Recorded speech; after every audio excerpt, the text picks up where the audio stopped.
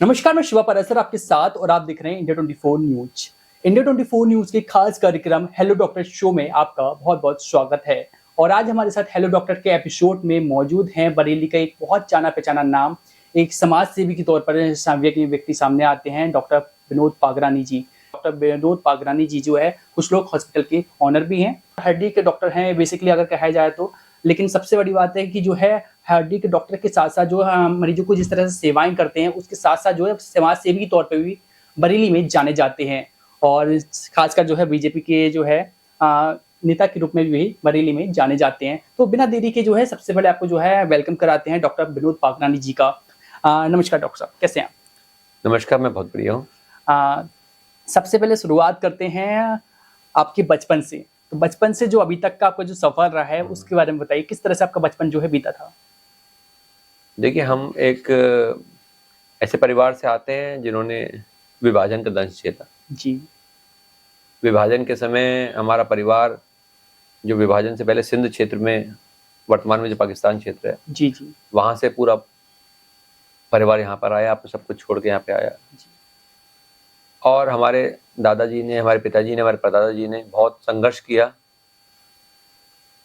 मैं कहूँगा पहले जीवित रहने का और उसके बाद यहाँ आके जीवन का संघर्ष, रोज के जीने खाने की व्यवस्था करना जी।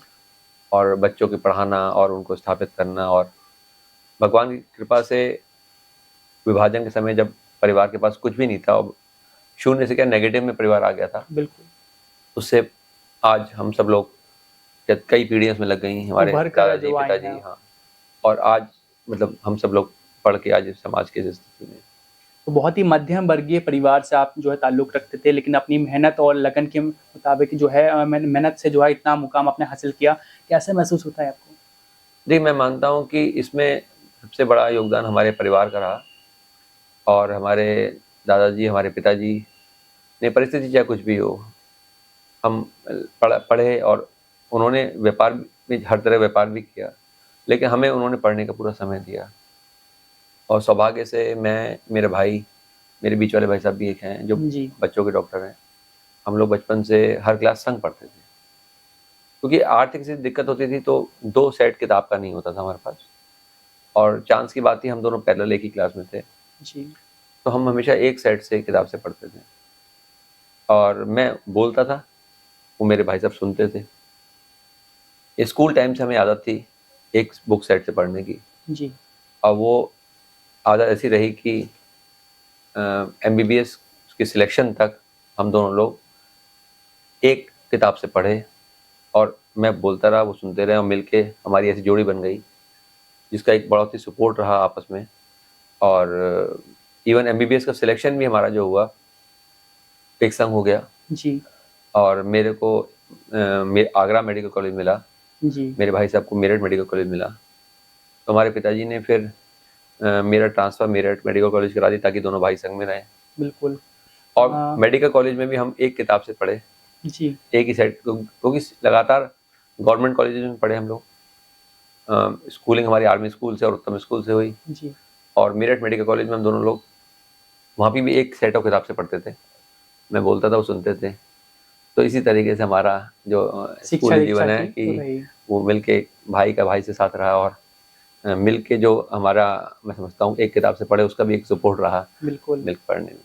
हाँ, तो अगर बात की जाए जैसे कि डॉक्टर साहब अभी जो है बहुत सीरियस रहते हैं, डॉक्टर के रूप में भी रहते हैं और समाज सेवी के तौर में रहते हैं। लेकिन अगर बात की जाए डॉक्टर विनोद पागरानी जी जो है बचपन में किस तरह का मिजाज रखते थे? मतलब खेल कूद वाला या कॉपी किताबों में डूबे रहने वाला, किस तरह का मिजाज था? देखिए, ऐसा है कि क्योंकि मैं समझता हूँ कि बचपन में खेल के में हर किसी का जीवन थोड़ा जाता ही है जी। लेकिन मेनली पढ़ाई का एक मन में भाव था शुरू से। कुछ समय तो हर आदमी स्पोर्ट्स के लिए निकालता ही है, लेकिन प्राइमरीली हमारा टाइम पढ़ाई में बीता बचपन में और कॉलेज टाइम में हर जगह। बिल्कुल। जैसे कि ऐसे आपकी लाइफ का बचपन में कैसे कौन-सा टर्निंग पॉइंट रहा था कि आपको लगा कि मुझे डॉक्टर बनना चाहिए? काफ़ी सारी लाइन्स उस टाइम भी थी, इंजीनियरिंग की लाइन थी, पुलिस में भी लाइन थी, फौज में भी लाइन थी। लेकिन ऐसा कौन-सा टर्निंग पॉइंट लगा कि आपको मुझे डॉक्टर बनना चाहिए? क्या रहा था? देखिए, मैं ना सच पूछो तो मैथ्स का स्टूडेंट था। जी। फिजिक्स का स्टूडेंट था। इंजीनियरिंग लाइन के थे। और इंजीनियरिंग मेरा एक मन में भाव था। जी। घर में दाल मिल थी, तेल मिल थी, क्योंकि वो हल्की हल्की पिताजी लोगों ने बनाई थी, जी।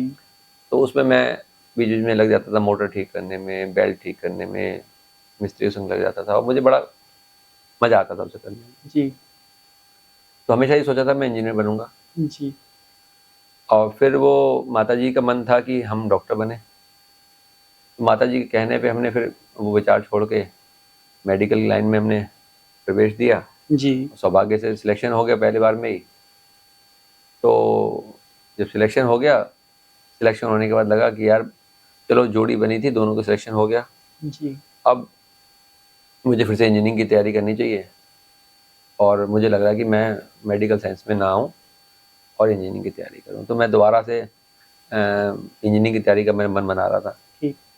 तो मेरे एक दोस्त के बड़े भाई थे, वो बोले कि साहब तुम क्यों दोबारा तैयारी करो, तुम अच्छी क्षेत्र में हो, अच्छी फील्ड में हो, मत करो दोबारा तैयारी। तो मैंने कहा मुझे तो नट बोल्ट पसंद आते हैं, वो मुझे पेच कसना और ये सब पसंद आता है। मैं एक इंजीनियरिंग साइड का स्टूडेंट हूँ और मुझे पता नहीं बायो वगैरह में मैं कितना वो आगे कर पाऊंगा। तो उन्होंने कहा मेडिकल साइंस में भी नट प्लेट होते हैं, तो ऑर्थोपेडिक ब्रांच ले लेना। तो वो सेशन के शुरुआत में ही फर्स्ट ईयर एमबीबीएस में उन्होंने मन में एक विचार डाल दिया कि जी। तुम ऑर्थोपेडिक्स में रह के वही सब कर सकते हो जो एक मशीन में करते हैं। फर्क ये होगा कि यहाँ पे आप एक जीवित मशीन में काम कर रहे हो, लाइव मशीन में काम कर रहे हो। बिल्कुल। तो आज हम जो नेल लगा रहे हैं, रॉड लगा रहे हैं, कूला बदल रहे हैं, घुटना बदल रहे हैं, जो हड्डी के सारे ऑपरेशन कर रहे हैं, वो एक तरह की साइंस तो वो बायोमैकेनिकल वाली है, बिल्कुल। लेकिन उसके संग क्या है कि हम एक जीवित शरीर में वो काम कर रहे हैं। जी।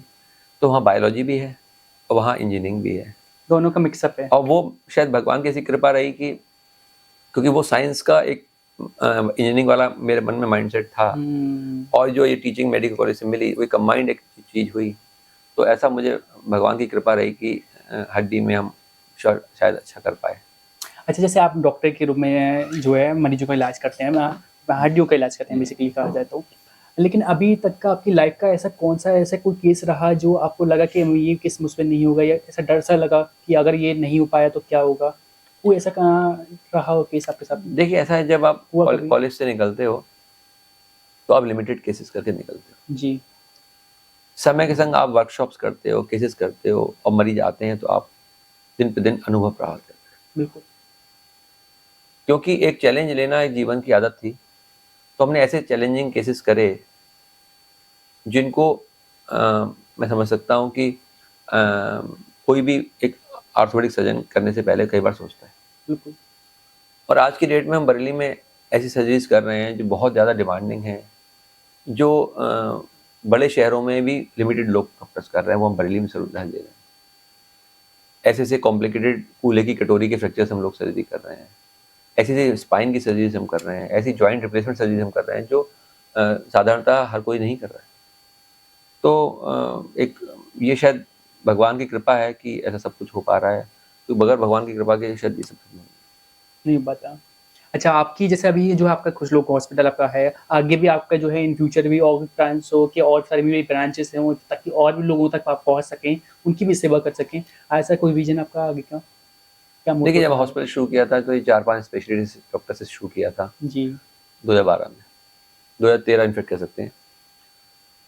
तो हल्के-हल्के जब हम लोग जुड़ते गए, डॉक्टर्स और जुड़ते गए, क्योंकि मैंने खुद भी एज़ अ कंसल्टेंट काम किया था, जी। तो मैं जानता था कि डॉक्टर्स की क्या ज़रूरतें हैं, उनके क्या एक्सपेक्टेशन है। एक अच्छे एटमॉस्फेयर के लिए अच्छी इक्विपमेंट चाहिए सबसे ज़्यादा उनको। मरीज़ चाहिए, अच्छा इक्विपमेंट चाहिए। तो हम बेहतर से बेहतर इक्विपमेंट अपने हॉस्पिटल में लगाते हैं, लाते हैं, और अच्छे से अच्छी डिग्री वाला डॉक्टर यहाँ पर सेवाएँ दे रहा है। बिल्कुल। और इसी तरीके से आज करीब 25 स्पेशलिस्ट, सुपर स्पेशलिस्ट डॉक्टर में सेवाएँ दे रहे हैं। दे रहे हर हैं। तरह के डॉक्टर्स, हर तरह के स्पेशलिस्ट यहाँ मौजूद। दे रहे हैं। अब जैसे कि अगर बात की जाए जो नीट के जो इसमें एग्ज़ाम्स के होते हैं, और पहले के टाइम में आपके टाइम में नीट के एग्ज़ाम नहीं थे, लेकिन अगर आप किसी को अब एमबीबीएस करना है या डॉक्टर बनना है, तो उसके लिए नीट का एग्ज़ाम कंपल्सरी है, करना है। लेकिन लाखों बच्चे जो है नीट के एग्ज़ाम में बैठते हैं, काफ़ी उनमें से कुछ लिमिटेड ही बच्चे पास आउट हो पाते हैं। कई बार ऐसा भी देखा जाता है कि जो है एक बच्चा मध्यम वर्गीय परिवार से उसके पिता ने जैसे-तैसे करके उसकी दिल्ली में जो उसका किसी कोचिंग सेंटर में एडमिशन करवाया और लाखों रुपये उसकी फ़ीस भर दी साल भर की। लेकिन वो बच्चा जो है पहले अटेम्प्ट में पास आउट नहीं हो पाया, सेकंड अटेम्प्ट भी उसने दिया नहीं हो पाया, तीसरा भी दिया नहीं हो पाया। अब उसकी जो है जो माइंडसेट है वो नेगेटिव काफ़ी हो जाता है। और इस केसेस में जो है बच्चा नेगेटिविटी में चला जाता है और आत्महत्या जैसी जो है दुर्घटनाओं को अंजाम देता है। काफ़ी सारे केस ऐसे जो कोठा में और दिल्ली में हुए भी हैं। उस कंडीशन में जो बच्चों को किस तरह से अपने आप को मोटिवेट रखना चाहिए कि वो इस तरह की घटनाएँ ना करें और उनके अंदर जो भगवान ने हर व्यक्ति के अंदर एक यूनिक टैलेंट दिया है, तो उस अपने टैलेंट के साथ जो है आगे बढ़ें। किस तरह से आप बच्चों को वो बताना चाहेंगे? देखिए मेडिकल क्षेत्र का कंपटीशन हमेशा से टफ रहा है। जी, हम लोगों के समय में सिर्फ यूपी में 7 मेडिकल कॉलेज थे, जी, 7 और लगभग 750 सीटें हुआ करती थी। 50% रिजर्वेशन में होती थी और 50% सीटें सेट होती थी, तो लगभग 350 सीटें मान लो आप। ठीक। उस 350 सीटों में हम लोग कम्पीट करते थे। उस समय 50,000 करीब बच्चा बैठता था। हुँ, आज की डेट में 60 मेडिकल कॉलेज हैं, 70 मेडिकल कॉलेज हैं यूपी में।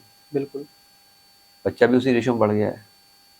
लेकिन आज की डेट में ये ऑप्शन है कि अगर आपका गवर्नमेंट सिलेक्शन नहीं हुआ तो आपके प्राइवेट ऑप्शन भी है। बिल्कुल, तो मैं तो ये नहीं कहूँगा कि पहले से कोई कंपटीशन टफ हुआ है। वक्त बदला, परिस्थितियाँ बदली हैं, क्योंकि हम सब लोग गवर्नमेंट मेडिकल कॉलेज से पढ़े हुए हैं। आज की डेट में सबसे ज़्यादा ज़रूरी है माँ बाप का अपने बच्चों को स्ट्रॉन्ग करना। बच्चों को स्ट्रेस झेलने की एक प्रैक्टिस बचपन से करानी पड़ती है। बच्चे को अगर आप बहुत ज़्यादा पैम्पर करेंगे हर चीज़ के लिए, तो वो बच्चा स्ट्रेस कैसे झेलेगा दुनिया में। बिल्कुल, तो इसमें मैं समझता हूँ बच्चों से ज़्यादा माँ बाप का भी एक जिम्मेदारी है कि डिफ़िकल्ट सिचुएशंस को वो हैंडल कराएं, बच्चे को सिखाएं।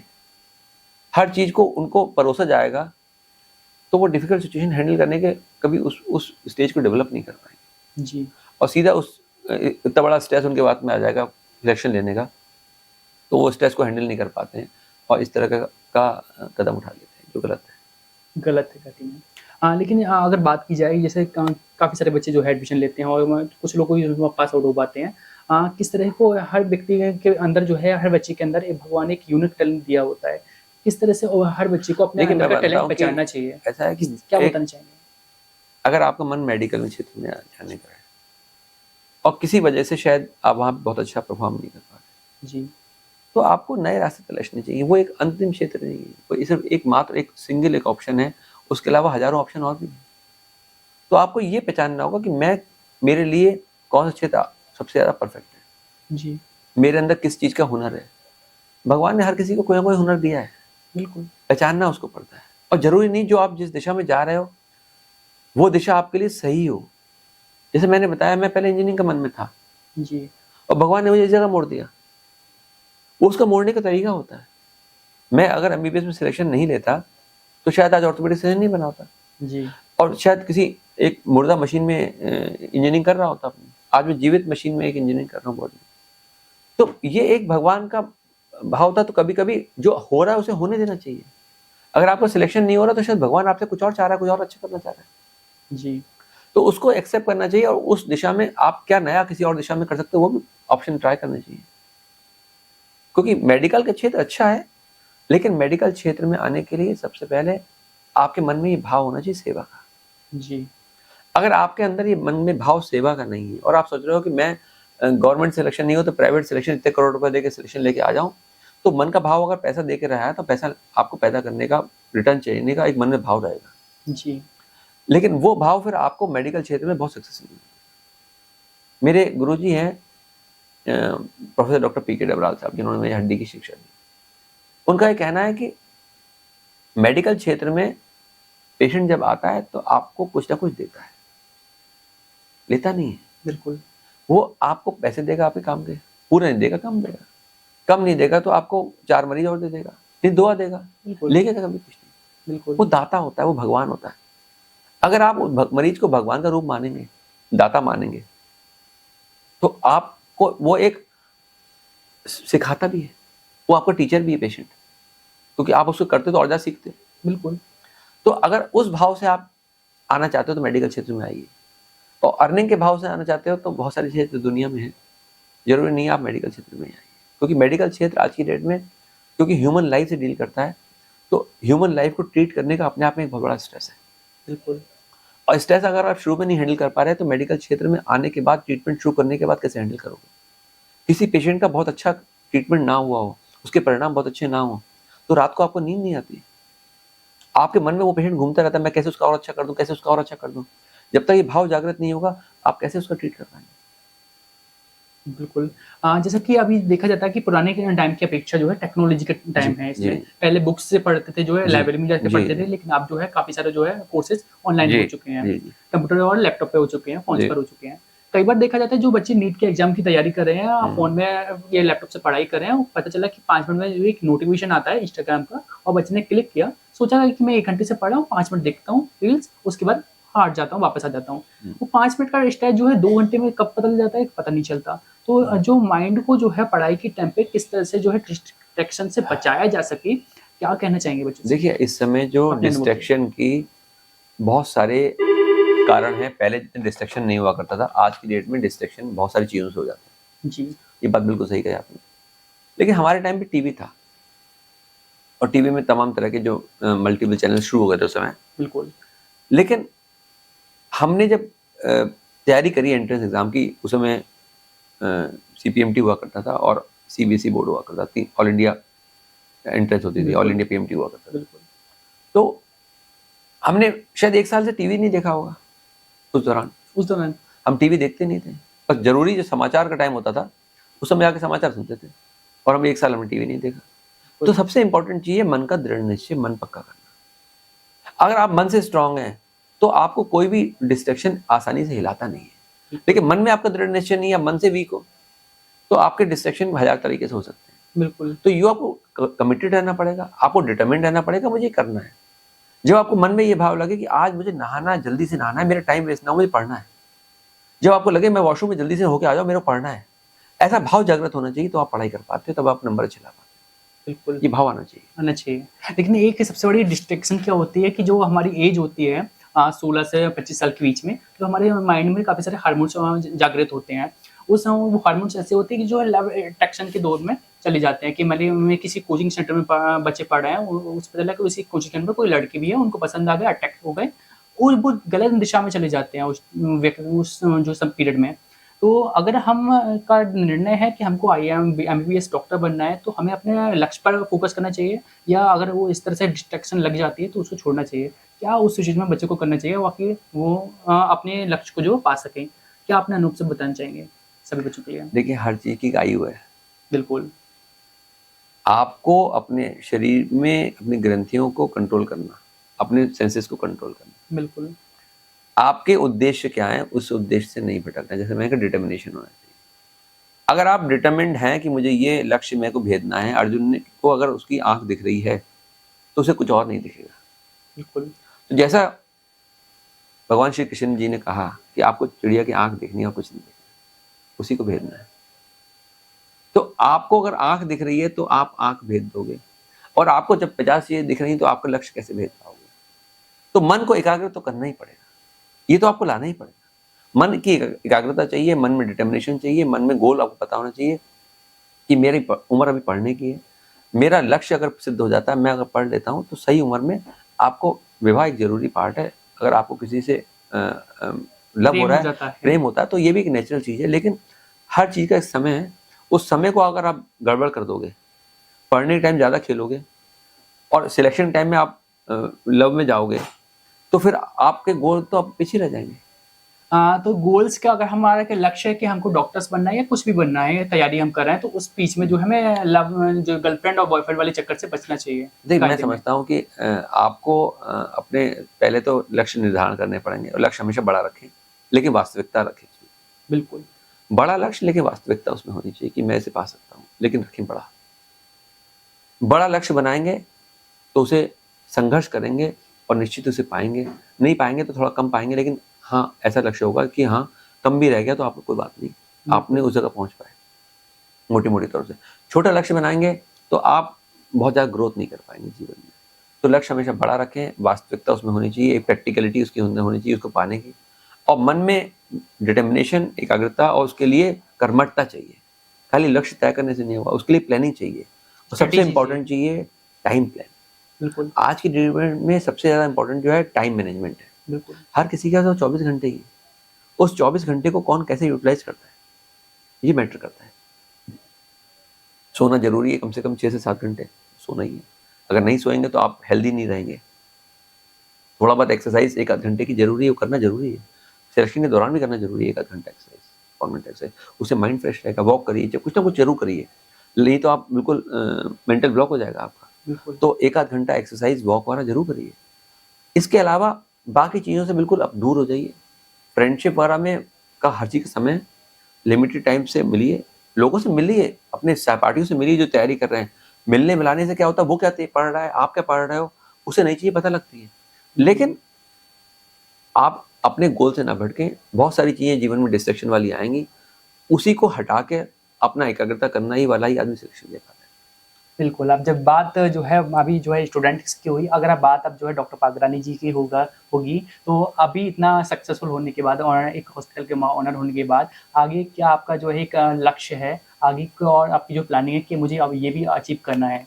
क्या आपका आगे के जो देखिए, लक्ष्य है? मुझे जो भगवान ने दिया है वो मेरे लिए बहुत है, और मैं जोड़ प्रत्यारोपण और ट्रॉमा सर्जन हूँ।